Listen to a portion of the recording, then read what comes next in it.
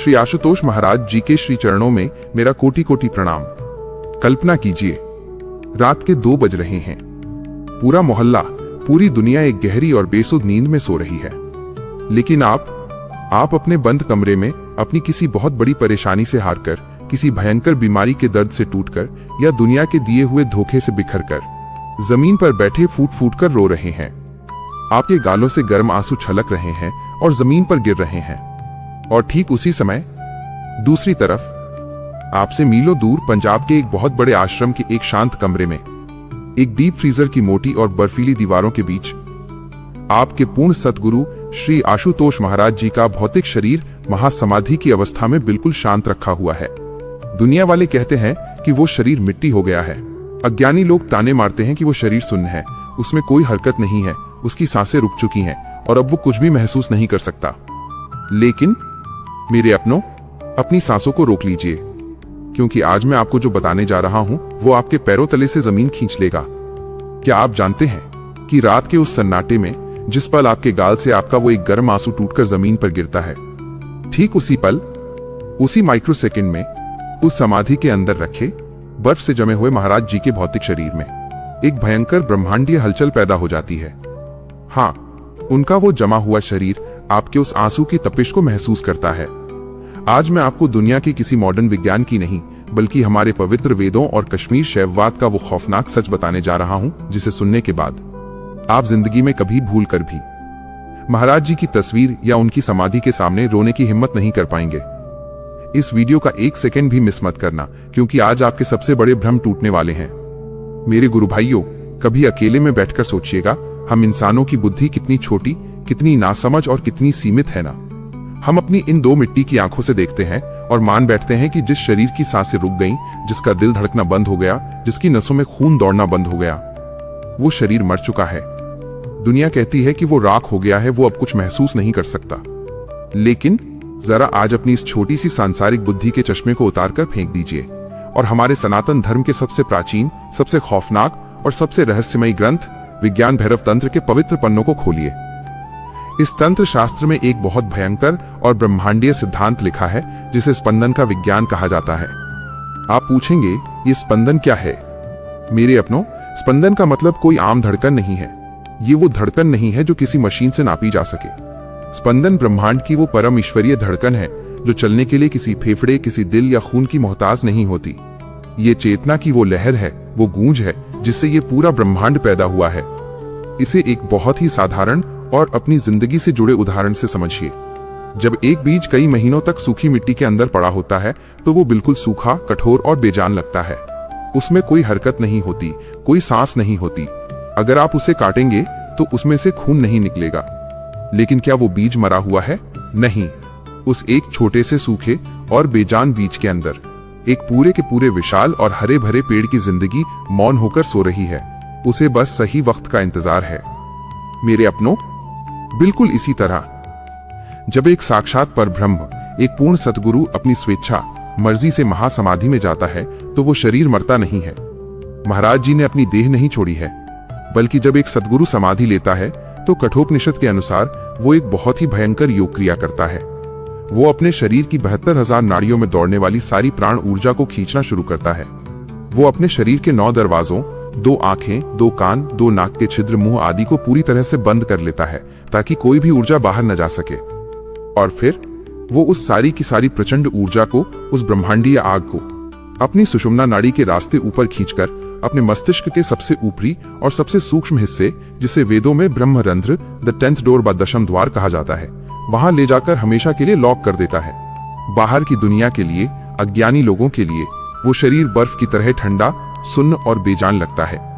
लेकिन अगर आपके पास योगियों वाली अंतर्दृष्टि हो, अगर आप सूक्ष्म जगत की आंखों से देखेंगे, तो उस ठंडे शरीर के अंदर, उस ब्रह्मरंध्र के भीतर ऊर्जा का एक ऐसा भयंकर ज्वालामुखी धधक रहा है जिसकी गर्मी से ब्रह्मांड का कोना कोना कांप रहा है। श्रीमद् भागवत महापुराण में वर्णन आता है कि जब कोई महायोगी इस अवस्था में बैठता है तो उसका वो शरीर कोई साधारण मिट्टी का पुतला नहीं रहता। समाधि में जाने के बाद, दुनियावी शोर और दुनियावी बंधनों से कटने के बाद, महाराज जी का वो शरीर इस पूरे ब्रह्मांड का सबसे संवेदनशील, सबसे विराट और सबसे शक्तिशाली दिव्य स्पंदन यंत्र रिसीवर बन चुका है। जरा अपने दिल पर हाथ रखकर सोचिए, जब एक साधारण दुनियावी माँ गहरी नींद में सो रही होती है तो बाहर चाहे कितनी भी तेज आंधी चल रही हो, बिजली कड़क रही हो, वो नहीं उठती, वो बेसुध सोती रहती है। लेकिन अगर उसी माँ के बगल वाले कमरे में उसका छोटा सा बच्चा सिर्फ एक बार सिसक भी ले, उसके मुंह से दर्द की एक हल्की सी आ भी निकल जाए, तो वो माँ झटके से अपनी नींद से उठ जाती है। उसे किसी अलार्म की जरूरत नहीं पड़ती। तो फिर मेरे गुरु भाइयों, वो पूर्ण सद्गुरु जिसने आपको अपने हाथों से ब्रह्म ज्ञान दिया है, जो आपकी आत्मा का असली पिता है, जिसने आपको नया जन्म दिया है, क्या वो आपके आंसुओं से बेखबर रह सकता है? क्या वो आपकी चीख को अनसुना कर सकता है? नहीं, कभी नहीं। आपका हर दर्द, आपका हर आंसू, आपकी हर सिसकी सीधे उनके हृदय को चीरती है। जब आप अपने कमरे में रोते हैं तो महाराज जी के उस जमे हुए शरीर के अंदर के वो एस्ट्रल नर्व्स, उनकी वो 72,000 नाड़ियां भयंकर रूप से कांप उठती हैं। आप यहाँ एक आंसू गिराते हैं और वहां समाधि में महाराज जी के शरीर पर वो आंसू एक कोड़े चाबुक की तरह पड़ता है। वो आज साक्षात नीलकंठ बनकर आपके दुखों का, आपके उस डिप्रेशन का भयंकर हलाहल जहर अपने उस जमे हुए शरीर में पी रहे हैं। लेकिन मेरे गुरु भाइयों, यहीं पर आकर दुनिया के तर्कों का, हमारी अक्ल का सबसे बड़ा, सबसे खौफनाक सवाल खड़ा होता है। जरा अपने दिमाग पर जोर डालिए। अगर महाराज जी का वो भौतिक शरीर पंजाब के किसी आश्रम में एक बंद कमरे के अंदर मोटी और ठंडी बर्फ की दीवारों के बीच जमा हुआ रखा है, और आप उस शरीर से सैकड़ों किलोमीटर दूर दिल्ली में, मुंबई में या दुनिया के किसी भी अनजान शहर में रात के अंधेरे में अपने कमरे का दरवाजा बंद करके अपने दुखों से हार कर रो रहे हैं, तो आपका वो दर्द, आपकी वो दर्दनाक चीख, आपके गाल से जमीन पर गिरने वाला वो एक छोटा सा आंसू, हवा में तैरकर मीलों का सफर तय करके कंक्रीट की दीवारों को चीरकर उस जमे हुए ठंडे शरीर तक आखिर पहुंचता कैसे है? बिना किसी फोन के, बिना किसी इंसानी आवाज के, आपके और उस महासमाधि के बीच ऐसी कौन सी अदृश्य ब्रह्मांडीय तार जुड़ी हुई है जो आपके रोते ही उस ठंडे शरीर में एक भयंकर तड़प पैदा कर देती है? जरा सोचिए, बिना किसी फोन के, बिना किसी इंटरनेट के, एक शिष्य का आंसू मीलों दूर रखी उस समाधि के अंदर भूचाल कैसे ला सकता है? उस ठंडे शरीर के अंदर आखिर ऐसा क्या हो रहा है जब आप तड़प रहे होते हैं? मेरे गुरु भाइयों, जब हम अपने बंद कमरे में अपनी किसी भयंकर बीमारी, घर के क्लेश या किसी बहुत बड़ी मुसीबत के कारण फूट फूट कर रोते हैं, तो हमारे मन में अक्सर ये इंसानी सवाल उठता है। दुनिया वाले हमसे कहते हैं कि जब दो शरीरों के बीच सैकड़ों किलोमीटर की दूरी हो, तो एक इंसान का दर्द दूसरे तक बिना किसी दुनियावी सहारे के कैसे जा सकता है? लेकिन मेरे अपनों, आज दुनिया के किसी भी मॉडर्न विज्ञान को, किसी भी साइंस की किताब को किनारे रख दीजिए, क्योंकि जो विज्ञान आज दुनिया ढूंढ रही है वो हमारे सनातन धर्म के परम पवित्र वेदों और उपनिषदों में इस सृष्टि के बनने से भी पहले लिखा जा चुका था। आज से हजारों साल पहले हमारे महान मुंडक उपनिषद में एक बहुत ही भयंकर, गूढ़ और रहस्यमय शब्द लिखा गया था, चिदाकाश। ये चिदाकाश क्या है? हम जिस आसमान को अपनी इन आंखों से देखते हैं, जहां सूरज, चांद और तारे हैं, उसे वेदों में महाकाश, भौतिक आकाश कहा गया है। इस महाकाश में दूरियां होती हैं, किलोमीटर होते हैं, दीवारें होती हैं। यहां एक जगह से दूसरी जगह जाने में समय लगता है। लेकिन उपनिषद कहते हैं कि इस दिखाई देने वाले आसमान के पार एक और आसमान है, एक ऐसा अदृश्य और ब्रह्मांडीय आकाश जो हमारी चेतना से बना है। उस परम आकाश में न तो कोई किलोमीटर होता है, न कोई कंक्रीट की दीवार होती है, और न ही वहां समय का कोई वजूद होता है। उस चिदाकाश में दुनिया की हर आत्मा एक दूसरे से बिल्कुल वैसे ही जुड़ी हुई है जैसे एक ही धागे में पिरोए हुए हजारों मोती। श्रीमद् भगवद गीता के 7वें अध्याय में साक्षात भगवान श्री कृष्ण अर्जुन को यही ब्रह्मांडीय रहस्य समझाते हुए कहते हैं, मयि सर्वमिदं प्रोतम सूत्रे मणिगणा इव, अर्थात हे अर्जुन, ये संपूर्ण जगत, ये पूरा ब्रह्मांड मुझ में बिल्कुल वैसे ही गुंथा हुआ है जैसे एक ही धागे सूत्र में सूत के सारे मोती पिरोए होते हैं। जरा इस एक महाश्लोक की गहराई को, इसकी ताकत को महसूस कीजिए। जब एक माला में हजारों मोती पिरोए होते हैं, तो अगर आप उस माला के सबसे आखिरी मोती को भी जोर से खींचेंगे, उसे दर्द देंगे, तो उस खिंचाव का सीधा असर उसी माइक्रो सेकंड में उस माला के सबसे पहले मोती पर पड़ता है। उस धागे में एक भयंकर स्पंदन होता है। उन्हें जोड़ने के लिए किसी चिट्ठी या फोन की जरूरत नहीं होती, क्योंकि वो एक ही धागे का हिस्सा है।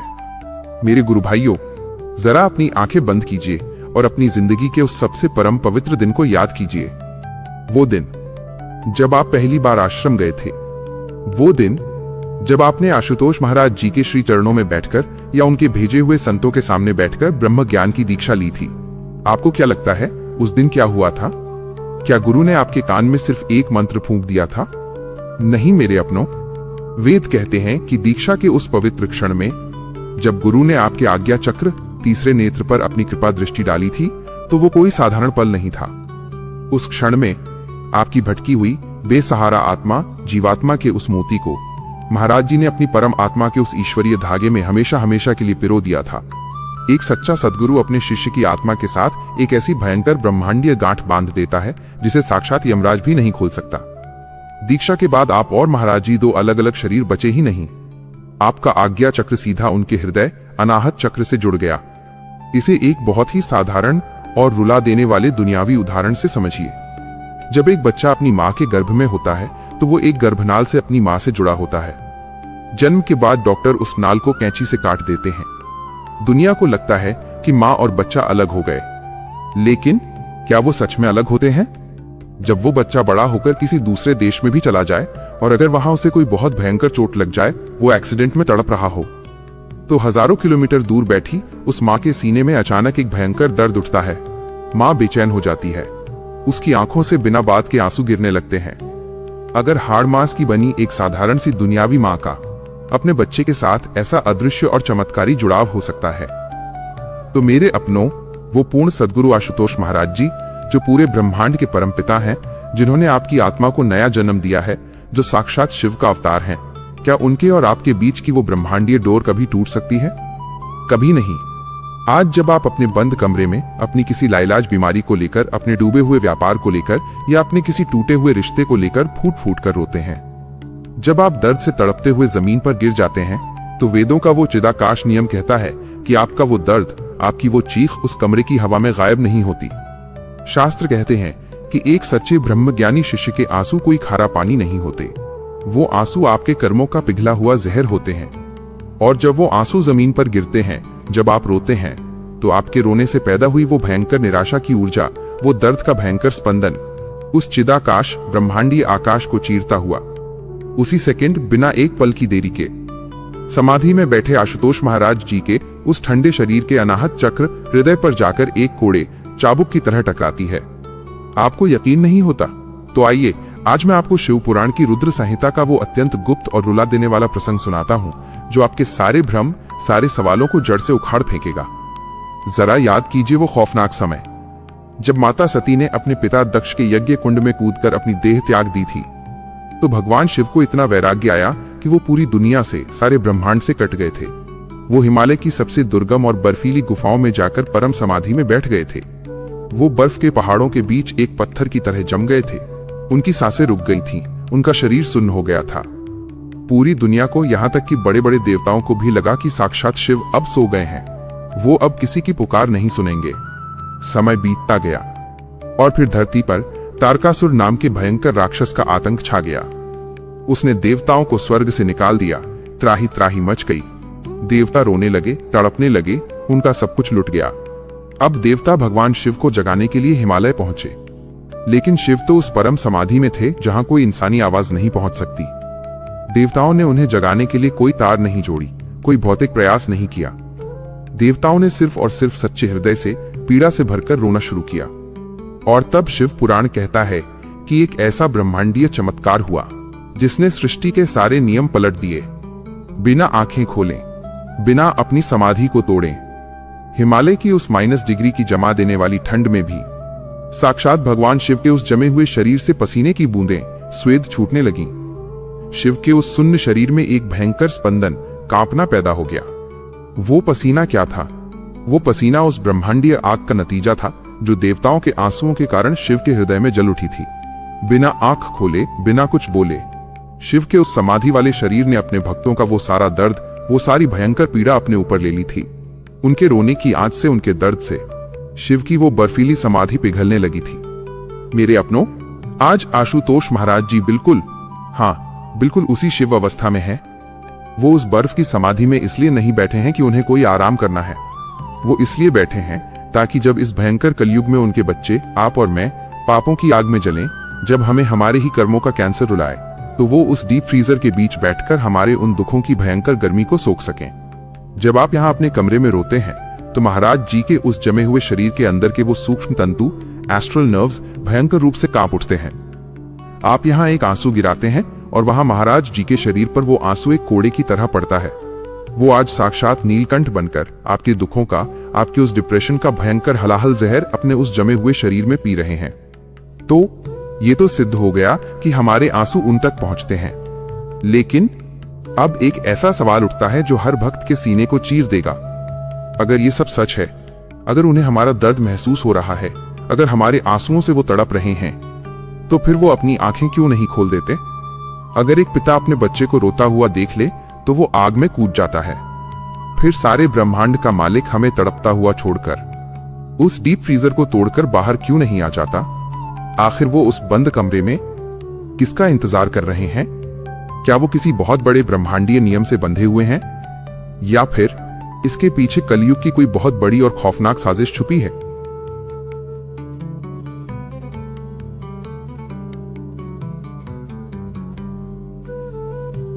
अगर एक पिता अपने बच्चे को रोते हुए देख ले तो वो आग में कूद जाता है।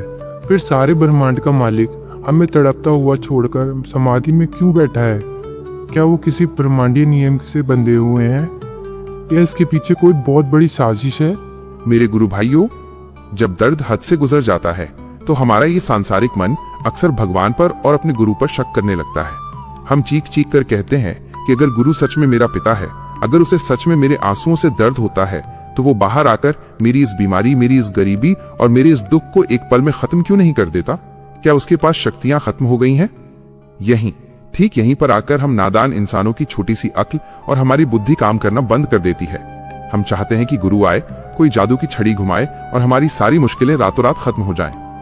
लेकिन मेरे अपनों, आज श्रीमद् भगवद गीता, उपनिषदों और हमारे पुराणों का वो महासत्य सुन लीजिए, जो आपके इस स्वार्थी भ्रम को हमेशा के लिए तोड़ देगा। महाराज जी आज उस समाधि में इसलिए नहीं बैठे हैं कि वो वापस नहीं आ सकते या उनके पास शक्ति नहीं है। साक्षात शिव को कौन सी दीवार रोक सकती है? वो इसलिए उस बर्फ के बीच खामोश बैठे हैं क्योंकि वो आपके कर्मों के पकने का और आपके असली जन्म का इंतजार कर रहे हैं। इसे एक बहुत ही साधारण लेकिन रुला देने वाले दुनियावी उदाहरण से समझिए। जब एक माँ के गर्भ में बच्चा पलता है तो वो 9 महीने तक उस घने अंधेरे में उल्टे लटक कर भयंकर पीड़ा और कष्ट में होता है। वो बच्चा उस घुटन से बाहर आना चाहता है। अगर उस माँ को अपने बच्चे के दर्द पर तरस आ जाए और वो दया खाकर 5वें महीने में ही अपना पेट फाड़कर उस बच्चे को बाहर निकाल ले, तो क्या वो बच्चा जिंदा बचेगा? नहीं, वो उसी सेकंड मर जाएगा, क्योंकि अभी उसके फेफड़े, उसका शरीर इस दुनिया की हवा को सहने के लायक नहीं बना था। माँ को पता है कि बच्चे को दर्द हो रहा है, माँ खुद भी उस दर्द को सहती है, लेकिन फिर भी वो पूरे 9 महीने तक उस कठोर प्रतीक्षा, इंतजार को सहती है ताकि उसका बच्चा पूरी तरह से मजबूत होकर बाहर आए। मेरे गुरु भाइयों, यह महासमाधि कोई डीप फ्रीजर नहीं है। वेदों की भाषा में यह महासमाधि हम सब शिष्यों के लिए एक ब्रह्मांडीय गर्भ है। जब तक महाराज जी स्थूल रूप में हमारे सामने थे, हम आध्यात्मिक रूप से पूरी तरह अपाहिज थे। हमें जरा सा सिर दर्द भी होता था, हमारा कोई काम अटकता था तो हम रोते हुए भागकर आश्रम जाते थे। हम उनके आगे हाथ फैलाते थे और वो दयालु पिता हमारी सजा, हमारे कर्मों का जहर खुद भुगत कर हमें ठीक कर देते थे। लेकिन इससे हो क्या रहा था? हम कभी आत्मनिर्भर नहीं बन पा रहे थे। हम उस ब्रह्म ज्ञान का इस्तेमाल करना ही नहीं सीख पा रहे थे। हम गुरु को सिर्फ एक हाड़ मांस का शरीर मान बैठे थे, जबकि गुरु तो एक अनंत ऊर्जा है। जरा महाभारत के उस सबसे बड़े और खौफनाक युद्ध को याद कीजिए। कुरुक्षेत्र के मैदान में भगवान श्री कृष्ण के रथ पर अर्जुन रो रहा था। अर्जुन कांप रहा था। भगवान श्री कृष्ण के हाथ में सुदर्शन चक्र था। वो साक्षात परब्रह्म थे। वो चाहते तो अपनी उंगली का एक इशारा करते और 1 सेकंड, हाँ सिर्फ 1 सेकंड में भीष्म, द्रोण, कर्ण और दुर्योधन समेत पूरी कौरव सेना राख के ढेर में बदल जाती। अर्जुन को एक भी तीर नहीं चलाना पड़ता। लेकिन क्या श्री कृष्ण ने ऐसा किया? नहीं, भगवान ने हथियार उठाने से ही मना कर दिया। कृष्ण ने अर्जुन को रोता हुआ देखा, तड़पता हुआ देखा, लेकिन फिर भी उन्होंने कहा, हतो व प्राप्स्यसि स्वर्गं जित्वा व भोक्ष्यसे महीम तस्मादुत्तिष्ठ कौन्तेय युद्धाय कृत निश्चयः। अर्थात हे अर्जुन, उठ, अगर मारा गया तो स्वर्ग मिलेगा और जीत गया तो धरती का राज भोगेगा। मैं तुझे रास्ता दिखाऊंगा, मैं तेरा सारथी बनूंगा, तेरे रथ की रक्षा करूंगा। लेकिन अपने कर्मों का ये युद्ध, अपने हिस्से के तीर तुझे खुद ही चलाने होंगे। भगवान कृष्ण चाहते थे कि अर्जुन भिखारी न बने, वो एक योद्धा बने। मेरे अपनों, आशुतोष महाराज जी, आज बिल्कुल उसी कृष्ण की भूमिका में हैं। इसलिए उस परम पिता ने महासमाधि का ये भयंकर और खौफनाक खेल रचा, ताकि उनके शिष्य आप और मैं अपने आज्ञा चक्र के अंदर बैठे उस ब्रह्म ज्ञान की असली ताकत को पहचाने। वो खामोश होकर उस समाधि से देख रहे हैं कि क्या मेरा बच्चा मेरे शरीर के बिना, मेरी दी हुई उस ज्योति ज्ञान के सहारे इस कलयुग के तूफानों से लड़ सकता है?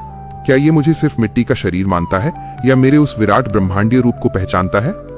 कठोपनिषद में एक बहुत ही रोंगटे खड़े कर देने वाला प्रसंग आता है। जब नचिकेता, एक छोटा सा बालक, सत्य और ज्ञान की खोज में यमराज, मौत के देवता के दरवाजे पर पहुंचा, तो यमराज वहां नहीं थे। नचिकेता उस भयंकर नर्क के दरवाजे पर बिना अन्न और बिना जल के पूरे 3 दिन और 3 रात तक भूखा प्यासा खड़ा रहा। क्या यमराज को नहीं पता था कि कोई उनके दरवाजे पर खड़ा है? उन्हें सब पता था, लेकिन यमराज ये देखना चाहते थे कि क्या इस बालक के अंदर सच को पाने की असली भूख है या ये जरा से कष्ट से डरकर वापस भाग जाएगा। जब 3 दिन बाद नचिकेता टस से मस नहीं हुआ, तब यमराज को खुद प्रकट होकर उसे आत्मज्ञान देना पड़ा। और भक्त प्रहलाद का प्रसंग याद कीजिए। हिरण्यकशिपु ने प्रहलाद को पहाड़ से फेंका, आग में जलाया, सांपों के बीच छोड़ा। साक्षात भगवान विष्णु वैकुंठ से सब देख रहे थे। भगवान विष्णु चाहते तो पहले ही दिन हिरण्यकशिपु को मार सकते थे, लेकिन उन्होंने इंतजार किया। उन्होंने प्रहलाद के परम विश्वास की इंतहा का इंतजार किया। और जब हिरण्यकशिपु ने अपनी तलवार निकालकर कहा, बता कहां है तेरा भगवान, क्या इस खंभे में है? और प्रहलाद ने पूर्ण विश्वास से कहा, हां, मेरे भगवान हर कण में हैं। तब जाकर उस खंभे को फाड़कर साक्षात भगवान नरसिंह प्रकट हुए। मेरे गुरु भाइयों, आज महाराज जी उसी खंभे के पीछे छिपे भगवान नरसिंह की तरह इंतजार कर रहे हैं। वो समाधि में बैठकर एक साइलेंट जनरेटर की तरह ब्रह्मांड की सबसे भयंकर तपो ऊर्जा सीधे आपके आज्ञा चक्र में लगातार भेज रहे हैं। वो बाहर इसलिए नहीं आ रहे क्योंकि अभी आप रो रहे हैं, आप डर रहे हैं, आप हार मान रहे हैं। अभी आपकी अग्नि परीक्षा चल रही है।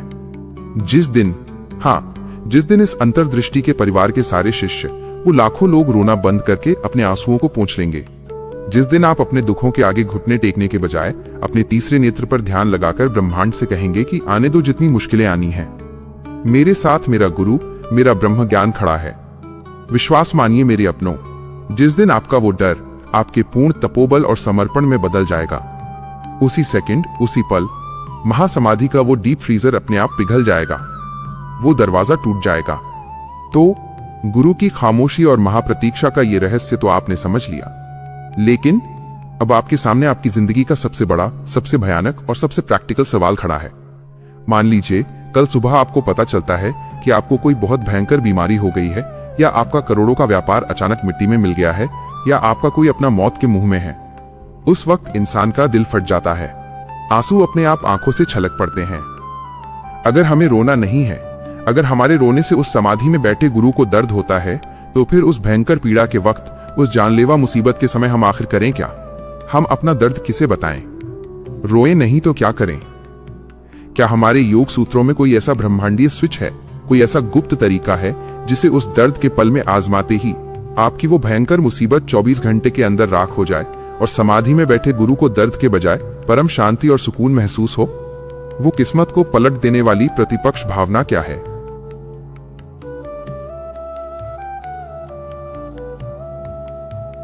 अगर आपको रोना नहीं है तो फिर आपके दुखों को काटना कैसे है?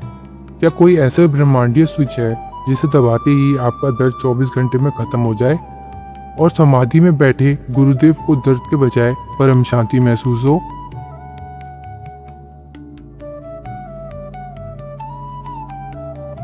मेरे गुरु भाइयों, जब दर्द हद से गुजर जाता है तो इंसान पत्थर नहीं बन सकता। हम हाड़ मांस के पुतले हैं, हमें तकलीफ होती है। अगर आप अपने आंसुओं को जबरदस्ती रोकेंगे, अपने दर्द को अपने ही अंदर दबाएंगे, तो वो दर्द एक भयंकर डिप्रेशन बन जाएगा और आपकी जान ले लेगा। तो फिर वेदों और उपनिषदों ने इसका क्या रास्ता बताया है? आज दुनिया के सबसे महान योग ग्रंथ महर्षि पतंजलि के योग सूत्र का वो सबसे गुप्त और चमत्कारी नियम सुन लीजिए, जो एक रोते हुए भिखारी को रातों रात एक अजेय योद्धा में बदल देता है। महर्षि पतंजलि अपने योग सूत्र 2.33 में एक महामंत्र देते हैं, वितर्क बाधने प्रतिपक्ष भावनम। अर्थात जब मन में कोई भयंकर नकारात्मक विचार, कोई बहुत बड़ा दुख या डर आप पर हमला करे, तो उस डर को दबाने की कोशिश मत करो, बल्कि ठीक उसी पल अपने मन में उसके बिल्कुल विपरीत सकारात्मक भावना का ब्रह्मांडीय विस्फोट कर दो। इसे हमारे वेदों में प्रतिपक्ष भावना कहा गया है। ये कोई साधारण सोच नहीं है, ये ऊर्जा को पलटने का एक भयंकर विज्ञान है। इसे एक बहुत ही साधारण और अपनी जिंदगी से जुड़े उदाहरण से समझिए। मान लीजिए आप रात के अंधेरे में सड़क पर जा रहे हैं। अचानक एक गुंडा आता है और आपके पेट में एक तेज चाकू मार देता है। खून बहने लगता है। आप क्या करेंगे? आप दर्द से चीखेंगे, आप रोएंगे, आप उस गुंडे को गालियां देंगे और कहेंगे कि भगवान, मेरे साथ ही ऐसा क्यों हुआ? क्यों? क्योंकि वो चाकू आपको मारने के लिए मारा गया था। लेकिन अब दूसरा दृश्य देखिए। आप अस्पताल के एक ऑपरेशन थिएटर में लेटे हैं। आपको एक भयंकर बीमारी, एक ट्यूमर है। एक बहुत बड़ा सर्जन आता है और आपके पेट को एक तेज चाकू से चीर देता है। खून वहां भी बहता है, कट वहां भी लगता है। लेकिन क्या आप उस डॉक्टर को गाली देते हैं? क्या आप रोते हुए कहते हैं कि भगवान मुझे बचा लो? नहीं, उल्टा आप उस डॉक्टर को लाखों रुपए फीस देते हैं और ऑपरेशन के बाद हाथ जोड़कर उसे धन्यवाद कहते हैं। क्यों? कट तो दोनों जगह लगा था, क्योंकि आपकी दृष्टि बदल चुकी थी। आपको पता था कि गुंडे का चाकू आपको मारने के लिए था, लेकिन सर्जन का चाकू आपकी बीमारी को काटने और आपको नया जीवन देने के लिए था। मेरे अपनों, आज अपनी इस अंतर्दृष्टि को खोल लीजिए। आपकी जिंदगी में जो भी दर्द आया है, आपका जो पैसा डूब गया है, आपका जो बिजनेस टूट गया है, या जो भयंकर बीमारी आपको लग गई है, वो कोई गुंडे का चाकू नहीं है। वो ब्रह्मांड के सबसे बड़े सर्जन, साक्षात आपके पूर्ण सद्गुरु आशुतोष महाराज जी के हाथ का वो रहमत भरा चाकू है। वो आपकी आत्मा की सर्जरी कर रहे हैं। आपके पिछले जन्मों के जो पाप, आपके वो भयंकर कर्म जो अगले जन्म में आपको कुत्ता या बिल्ली बनाने वाले थे, या किसी भयंकर एक्सीडेंट में आपकी जान लेने वाले थे, महाराज जी अपनी तपो ऊर्जा से आपके उन भयंकर पापों को इस छोटे से दुख के रूप में काटकर आपके शरीर से बाहर निकाल रहे हैं। और जब एक परमपिता आपकी भलाई के लिए सर्जरी कर रहा हो, तो क्या आप एक नादान बच्चे की तरह रोएंगे? क्या आप शिकायत करेंगे कि महाराज जी मुझे दर्द क्यों हो रहा है? नहीं, जरा श्रीमद् भागवत महापुराण के उस रोंगटे खड़े कर देने वाले प्रसंग को याद कीजिए। जब महाभारत का युद्ध खत्म हो गया, पांडव जीत गए और भगवान श्री कृष्ण द्वारका वापस लौटने लगे, तो कृष्ण ने अपनी बुआ माता कुंती से कहा, बुआ, तुमने जिंदगी भर बहुत दुख सहे हैं। बचपन से लेकर आज तक तुमने सिर्फ क्लेश, अपमान और दर्द देखा है। आज मैं जा रहा हूं, मांग लो जो तुम्हें मांगना है, मैं तुम्हें दुनिया का हर सुख दे दूंगा। लेकिन माता कुंती ने जो मांगा, उसे सुनकर आज भी बड़े बड़े योगियों की आंखों में आंसू आ जाते हैं। कुंती ने हाथ जोड़कर कहा, विपदः संतु ताः शश्वत तत्र तत्र जगद्गुरु भवतो दर्शनम यत्स्याद पुनर्भव दर्शनम। अर्थात, हे जगत गुरु, हे कृष्ण, अगर मुझे कुछ देना ही चाहते हो तो मुझे दुनिया भर की और ज्यादा विपत्तियां, दुख दे दो। मेरी जिंदगी को दुखों से भर दो, क्योंकि जब जब मेरी जिंदगी में दुख आया है, तब तब तुम मेरे आसपास रहे हो। सुख में इंसान तुम्हें भूल जाता है, लेकिन दर्द में तुम्हारी याद बनी रहती है। यह है एक सच्चे शिष्य की असली ब्रह्मांडीय गर्जना। तो आज के बाद जब भी आपकी जिंदगी में कोई ऐसा भयंकर भूचाल आए कि आपका दिल फटने लगे और आपको रोने का मन करे, तो उस तस्वीर के सामने या उस महासमाधि की तरफ मुंह करके ये बिल्कुल मत कहिए कि महाराज जी, मैं लुट गया, मैं बर्बाद हो गया, मुझे बचा लो। क्योंकि जैसे ही आप ये निराशा भरे शब्द बोलते हैं, आप डर का गंदा स्पंदन सीधा उस समाधि तक भेजते हैं जो महाराज जी के शरीर पर कोड़े की तरह पड़ता है। इसके बजाय ठीक उसी पल वेदों की उस प्रतिपक्ष भावना का स्विच दबाइए। उसी सेकंड अपने आंसू पोंछ डालिए। अपनी रीढ़ की हड्डी को एक शेर की तरह सीधा कीजिए। अपने आज्ञा चक्र, तीसरे नेत्र पर ध्यान लगाइए और पूरी ताकत से एक योद्धा की तरह मुस्कुराते हुए कहिए, हे मेरे मालिक, हे गुरुदेव, मुझे पता है कि जो भी ये दुख मेरी जिंदगी में आया है, ये मेरे ही जन्मों के कर्मों का ट्यूमर है जिसे आप अपने हाथों से काट रहे हैं। मैं रोऊंगा नहीं। मुझे पता है कि आप मेरे साथ हैं। आपकी जो रजा है वही मेरा असली भाग्य है। आप करिए मेरी सर्जरी।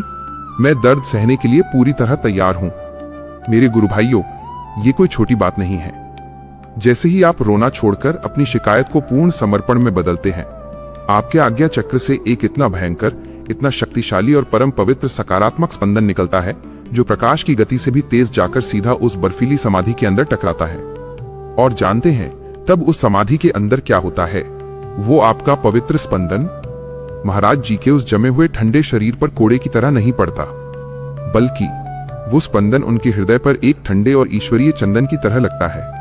उनका वो सूक्ष्म शरीर उस समाधि के अंदर मुस्कुरा उठता है। महाराज जी को एक परम ईश्वरीय सुकून मिलता है कि वाह, मेरा बच्चा आज भिखारी नहीं रहा, मेरा बच्चा आज माया को चीरकर योद्धा बन गया है और मेरे अपनों वेदों का अटल सत्य सुन लीजिए। जैसे ही गुरु मुस्कुराता है, जैसे ही आप उस परीक्षा को पास करते हैं, उसी क्षण, उसी सेकंड आपकी वो भयंकर से भयंकर समस्या, आपका वो अटका हुआ काम, आपकी वो लाइलाज बीमारी हवा में ऐसे राख होकर उड़ जाती है जैसे वो कभी थी ही नहीं। क्योंकि गुरु को आपकी पीड़ा से प्यार नहीं है। गुरु तो सिर्फ आपका अहंकार तोड़कर आपको सौंपना सिखा रहा था।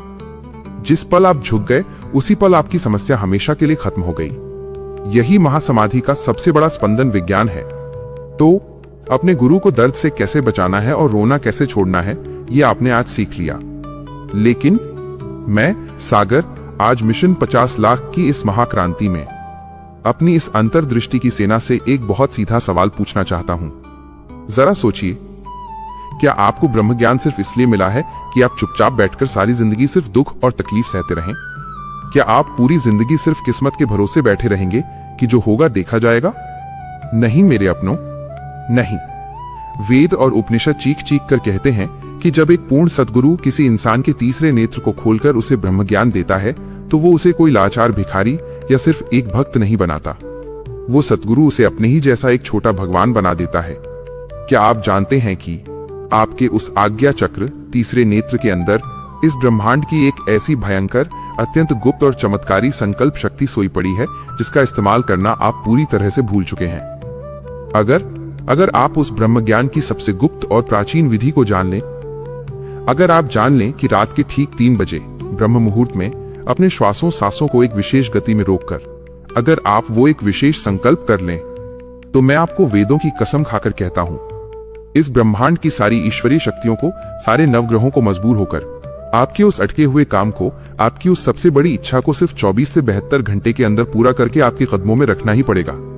चाहे आपके सिर पर 50 लाख का कर्जा हो जिसे उतारने का कोई रास्ता ना हो, चाहे डॉक्टर ने आपको कोई ऐसी बीमारी बता दी हो जिसका इलाज दुनिया में ना हो, चाहे आप जिंदगी के किसी भी मोड़ पर बुरी तरह हार चुके हों, वो गुप्त संकल्प शक्ति आपकी किस्मत की लकीरों को आपके अपने हाथों से दोबारा लिख सकती है।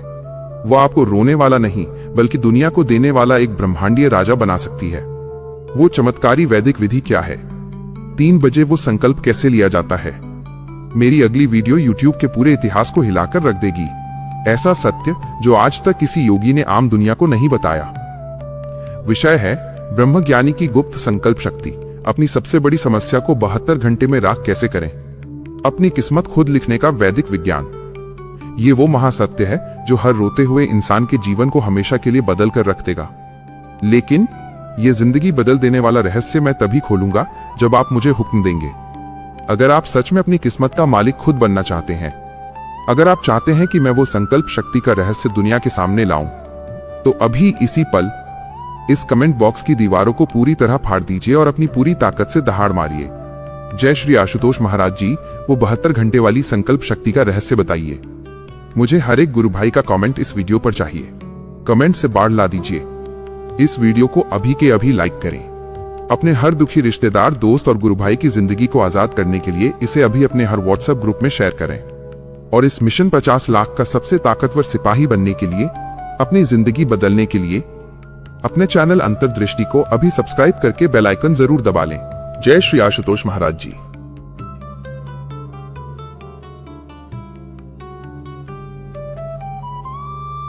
मेरे अपनों, मिशन 50 लाख की इस महाक्रांति का सिपाही बने।